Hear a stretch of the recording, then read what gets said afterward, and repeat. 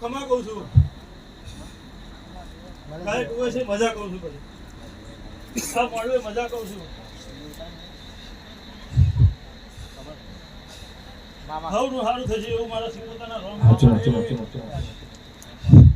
બરાબર ઘડી બે ઘડિયા છોકરાએ જો ઘડી બે ઘડી ઉજાગરો કર્યો છે મહેનત કરી છે દીવે હવે લઈને પૂરું ના કરું તો હું સિકોતર નહીં હે